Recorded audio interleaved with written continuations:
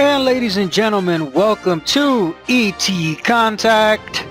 And by now, you all know me. I am Sway. And welcome to the part three in this series of my opinions and viewpoints on different subject matter. But before I get through with this video, before I start talking, don't forget that if you are not subscribed, hit the subscribe button, hit the bell to be notified of everything and every time that I post. All right? Don't forget that. All right, so today's subject matter, it's going to be Q. That's right, I'm going to be talking about Q. Well, the first time I heard about Q was actually watching this episode. Thou art notified that thy kind hath infiltrated the galaxy too far already. Yes, exactly. You know, that's the episode that I know you... No! No! Okay, Cap. Damn, I'm sorry. Okay? I'm sorry.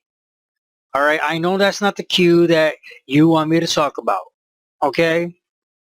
That's not the Q you want me to talk about. Let's talk about the actual Q that you want, that everybody wants me to talk about, okay? Make it so.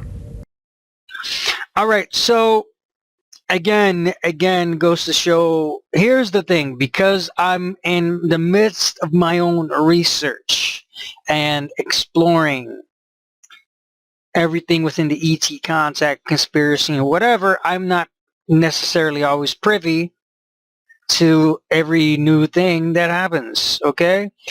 As far as I understand it, Q started in the late 2017 on the 8chan, the 4chan forums. Apparently, some information that Q had was correct. Apparently, again, as well as there is this belief that Q is somebody very high up in President Trump's cabinet and kind of somewhat leaking information of what's going to happen here and there. I get it. I understand it. I don't pay attention to Q. I don't. I'm not obsessed with going to whatever platform Q is using and reading every detail of what it means, or of what he or she is saying, and trying to figure out what it means or whatever. There are a couple of channels that I watch that do, how can I explain this? That they do in-depth analysis of what it could mean. And now the cool thing about those channels that I watch is that they don't have that gung-ho mentality of this is exactly what it is, and I'm telling you what it is, and blah blah blah, and you've got to believe me. And you know, they're not like David Wilcock, you know. They're not like David Wilcock, who says, and Q said about the mass arrest and this and that and the other and every other, you know. I think when Q came along, David Wilcock as well as Corey Good, they just jumped on the bandwagon to make Q part of their alliance narrative. It's obvious just from everything. They want to add on and try to take early on when the Q drops were really starting to pop. All of a sudden, Corey Good was not being taken into the briefings with the alliance, but he is now getting it, let's say 2 hours before. I'm not. I'm assuming a number. I really don't know. I don't remember if he actually said a number, but pretty much saying something to the effect of Again, I could be wrong. So, but he said that he's basically getting it just before the Q drops, whatever thing Q drops, or at the same time. Based, in other words, he ran out of a story to tell. He ran out of the story, out of a narrative to tell about the alliance. So now Q is part of the alliance, and so in my opinion, Corey Good and David Wilcock knew that when it came down to that narrative, they ran out of everything. They ran out of ideas. They ran out of ideas, so they were trying to figure out a way to drop that narrative of the alliance, telling stories 24/7 of the alliance. So Q was the perfect opportunity for them to drop it because it was already happening somewhere. On top of that, they recruited the help of Jordan Sather, and I never seen any of his videos. I might look at his tweets here and there. And here's the cool thing about Jordan Sather. I'm pretty impressed. I'm pretty impressed with some of a couple of the recent tweets he's put out there, especially regarding David Wilcock, and especially just regarding David Wilcock. It's how can I explain this? All right, so in one tweet, he says, David Wilcock took a giant dump on his own credibility by saying mass arrest and 72-hour shutdown would happen by Good Friday. And this was regarding into what David Wilcock in one of his live streams. Anyway, it says he's synthesized some good info over the last decade, but these supposed insiders are getting real old. Hope he wises up and stop his clickbait. So in other words, in this one, Jordan Sather is starting to see that David Wilcock is full of shit. And then here's another one. He says, Jordan, you've changed. And then he says, isn't that a given? Change is the only constant we have. Just hope people change for better, not worse. Maybe change, and it's in quotation, maybe the change you're sensing is me getting more fed up with the manipulators out there and more courage to say what needs to be said about them. So there is some dissent going on between Jordan Sather, David Wilcock, and Corey Good. Mind you, I don't agree with what he says about everything. Certain things I can't agree with. Some things I'm like, nah, that's some bullshit. Just like with everybody. I think that because he was covering Q, this is my opinion, since he was covering Q and had a large following, mind you, he also had a lot of other things that he talked about, including the UFO, the UFO phenomenon, what have you. That's when Corey Good and David Wilcock took him on, right? Gave him a part in their little grand scheme. They didn't tell him everything. They're just using him as a part of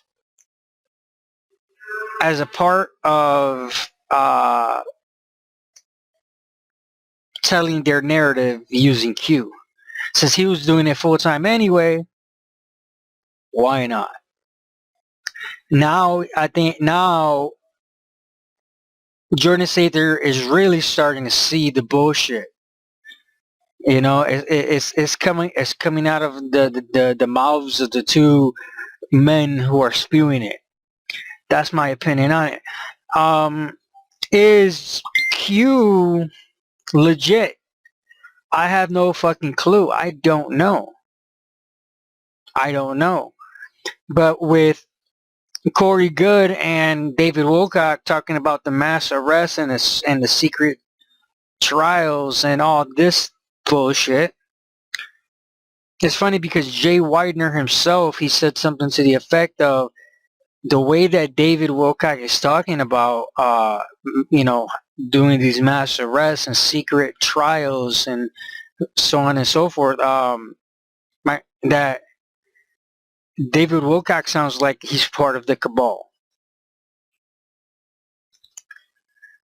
And this is roughly what he said. He didn't say those exact words, but roughly what he said. So, and to me, it sounds exactly like, we want justice to be served. We know that the media is corrupt. We know that politicians are corrupt. We know that. There are good politicians out there and good people in office. There are good people that do work in media. And even though they may not be able to do much, they do what they can.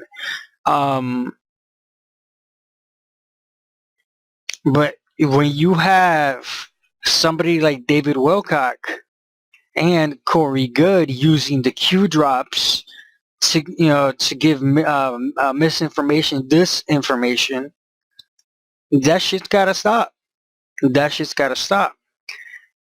So just recently today, I saw this. Today's April 14th. I saw this earlier today on Live Leak. Anonymous posted a video. I'm gonna play portions of it. On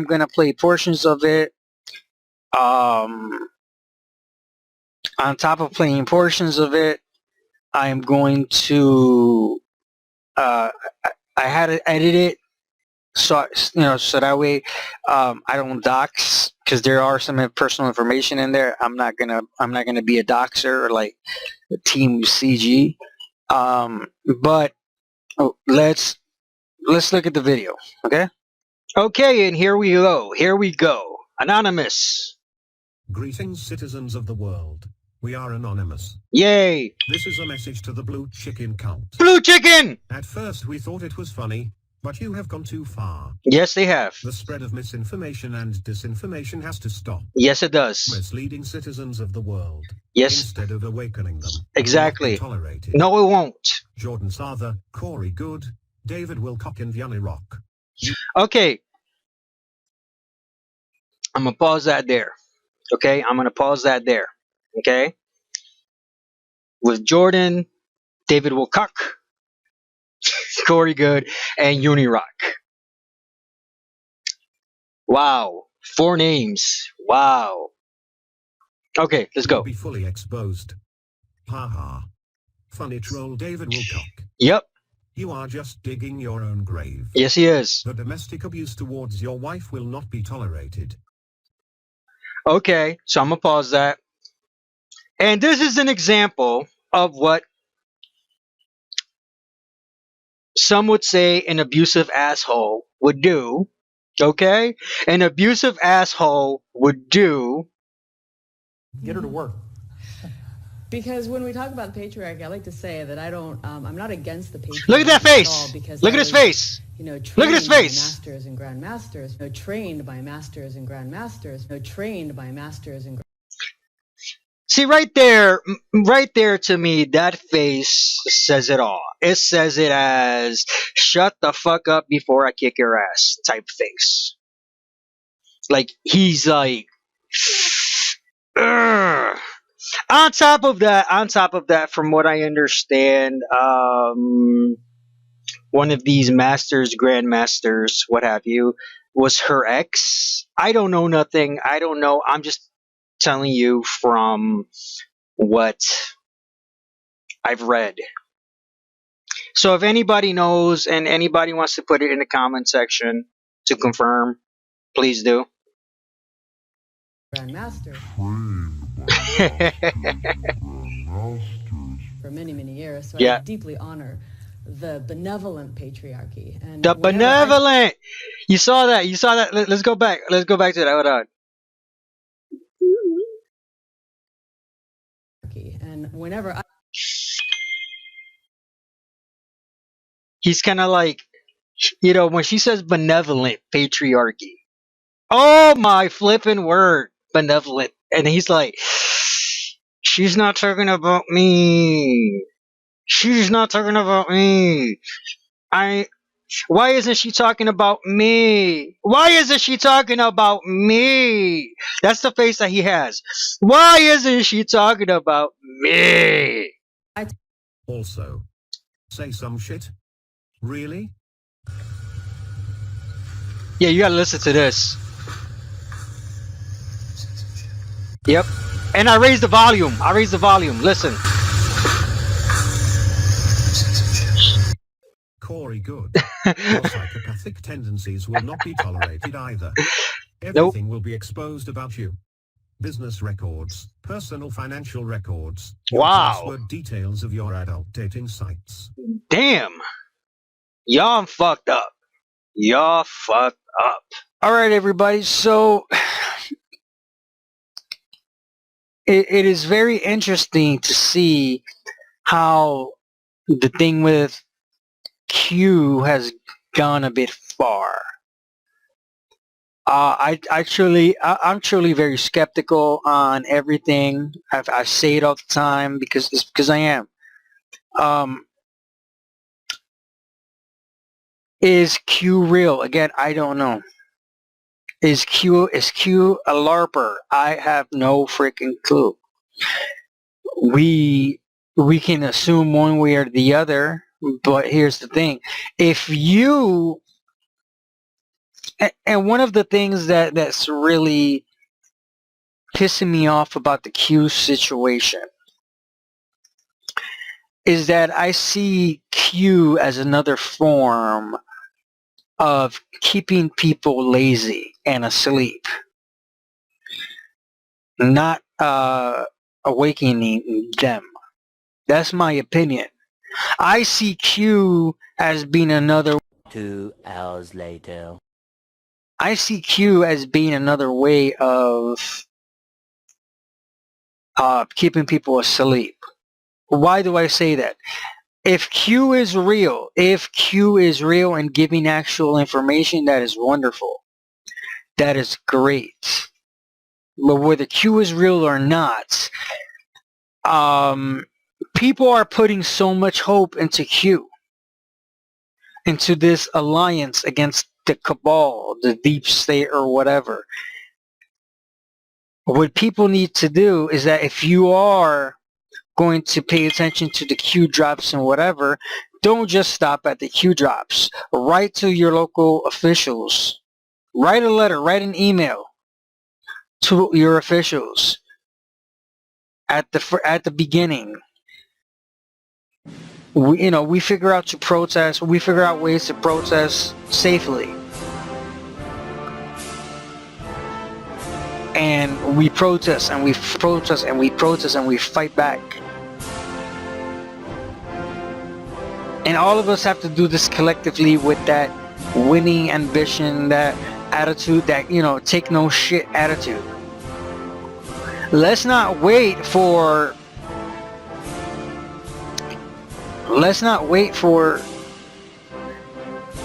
these Q drops to tell us, okay, we're winning, we're losing. No, let's keep on fighting. Let's get on the fights. Even if it's just writing a letter. A letter helps. It is something. You're being proactive. When I was a kid, I was a part of many protest demonstrations. I can think of at least 3 off the top of my head. I can't remember the years for all that, but one, I was part of it. I can tell you that I was part of protest rallies and demonstrations, and one time I got lost in Washington D.C. for one of the rallies that I was a part of.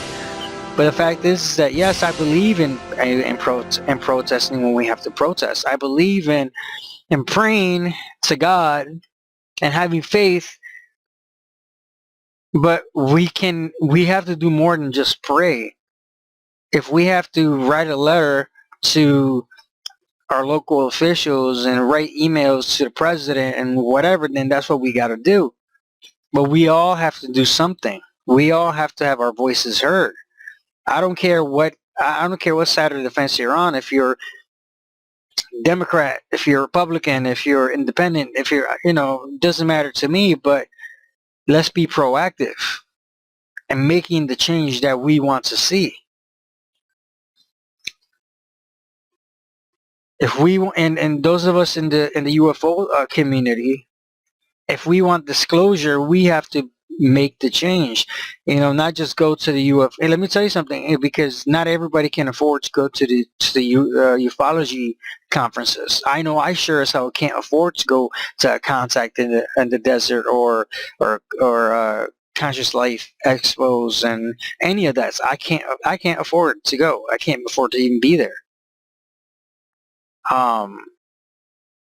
But by sharing our experiences on what we know and sharing information, we bring our own disclosure. But if you want the government to bring a disclosure, we're going to have to protest and fight hard on that. And we're going to have to write letters, and we're going to have to, do something like this, do videos. Peaceful protests. A peaceful protest. Just like Martin Luther King did, a peaceful protest. Just like Gandhi, a peaceful protest. All right, y'all. So this is all the time I'm gonna take for today. I'm trying not to make these 3-hour-long videos for the series, unless it's something that I really have to get off my chest. So until next time, just remember, I love you all. Peace.